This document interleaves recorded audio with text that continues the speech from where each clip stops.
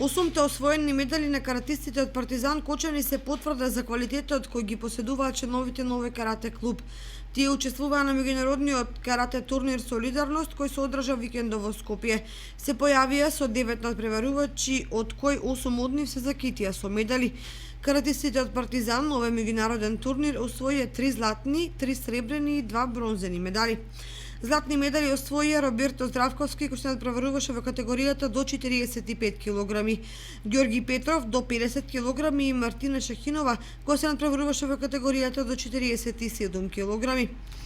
Сребрени медали освоија Василија Христик, кој се надпреваруваше во категоријата до 59 килограми, Кристијан Грозданов до 40 килограми и Роберто Здравковски до 52 килограми.